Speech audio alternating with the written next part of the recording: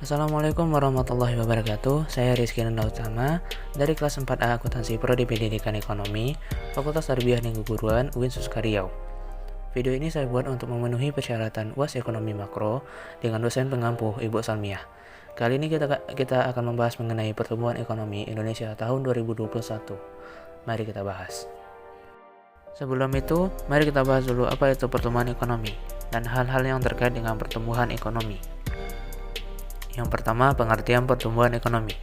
Istilah pertumbuhan ekonomi digunakan untuk menggambarkan terjadinya kemajuan atau perkembangan ekonomi dalam suatu negara.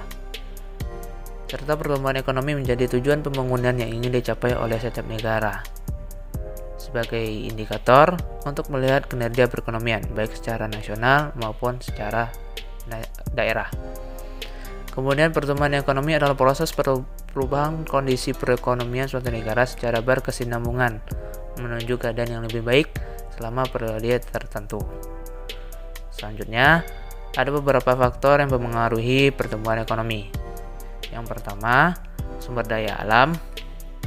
Yang kedua, SDM atau sumber daya modal. Yang ketiga, sumber daya manusia. Yang keempat, iptek atau ilmu pengetahuan dan teknologi. Dan yang terakhir adalah budaya. Selanjutnya, teori pertumbuhan ekonomi. Ada beberapa teori yang mendukung teori pertumbuhan ekonomi. Yang pertama, teori pertumbuhan ekonomi klasik. Menurut teori ini, pertumbuhan ekonomi dipengaruhi oleh 5 faktor. Yang pertama, jumlah penduduk. Yang kedua, jumlah barang atau modal. Yang ketiga, luas tanah. Yang keempat, kekayaan alam. Dan yang kelima, teknologi yang digunakan pada saat itu.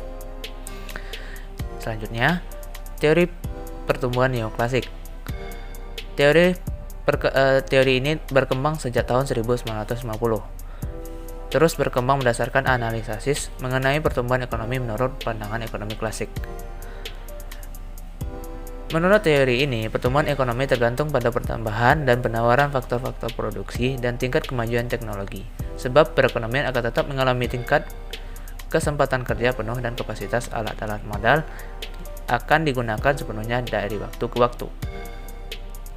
Kemudian, teori pertumbuhan Harold Domar merupakan perkembangan langsung dari teori makro, dari teori Keynes. Menurut Harold Domar, setiap perekonomian pada dasarnya harus mencadangkan atau menabung sebagian dari pendapatan nasional untuk menambah atau mengganti barang-barang modal. Untuk memicu proses pertumbuhan ekonomi, dibutuhkan investasi baru yang harus menambahkan neto terhadap cadangan atau stok modal. Dan yang terakhir, teori Schumpeter. Teori ini menekankan pada inovasi yang dilakukan oleh para pengusaha dan mengatakan bahwa kemajuan teknologi sangat ditentukan oleh jiwa usaha atau entrepreneurship dalam masyarakat yang mampu melihat peluang dan berani mengambil risiko membuka usaha baru maupun memperluas usaha yang telah ada. Selanjutnya yaitu perhitungan tingkat pertumbuhan ekonomi. Pada perhitungan tingkat pertumbuhan ekonomi, kita menggunakan rumus GT sama dengan PDBT kurang PDBT kurang 1 per PDBT kurang 1 kali 100%. Dari keterangannya, GT merupakan pertumbuhan ekonomi periode T, triwulan atau tahun ke tahun. PDBT adalah produk domestik bruto periode T, berdasarkan harga konstan. Sedangkan PDBT kurang 1 adalah PDB 1 periode sebelumnya. Jadi, dari rumus ini kita mengetahui tingkat pertumbuhan ekonomi tahun ini. Selanjutnya kita akan bahas mengenai pertumbuhan ekonomi Indonesia tahun 2021. Berdasarkan data yang saya dapatkan, pertumbuhan ekonomi Indonesia pada tahun 2018 sampai 2019 relatif berada pada posisi 5%. Paling tinggi berada pada posisi 5,27% pada kuartal 3 tahun 2018. Kuartal 2 pada tahun 2018. Pada kuartal 3 tahun 2019, posisi pertumbuhan Indonesia berada pada 5,01%, berkurang menjadi 4,96% pada kuartal 4. Adanya penurunan.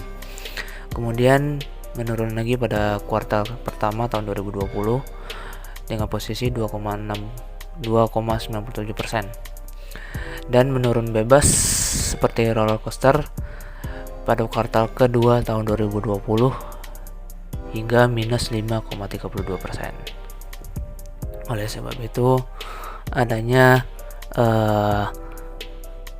penguatan di mata uang asing, sedangkan pelemahan pada mata uang rupiah, dan terjadinya krisis seperti harga-harga mulai naik, barang-barang kebutuhan pokok mulai langka, sehingga menyebabkan terjadinya krisis.